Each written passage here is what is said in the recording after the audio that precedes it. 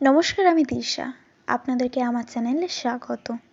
ইচ্ছে ছিল এমন এক জায়গায় যাওয়ার যেখানে নদী আর গহীন অরণ্যের মাঝে হারিয়ে যাওয়া যাবে, যেখানে বন্য প্রাণী প্রতিনিয়ত সবুজ দুনিয়ায় খেলা করে, ভোরে পাখির কিচিমিচির শব্দে প্রাণ জুড়িয়ে যাবে, যেখানে গেলে সাগর, নদী আর সবুজ বনানীর মাঝে নিজেকে বিলিয়ে দিতে একটুও আফসোস হবে না। সেই নীল আকাশ, নদী আর অরণ্যের মহামিলন দেখতেই আমার সুন্দরবন যাওয়া।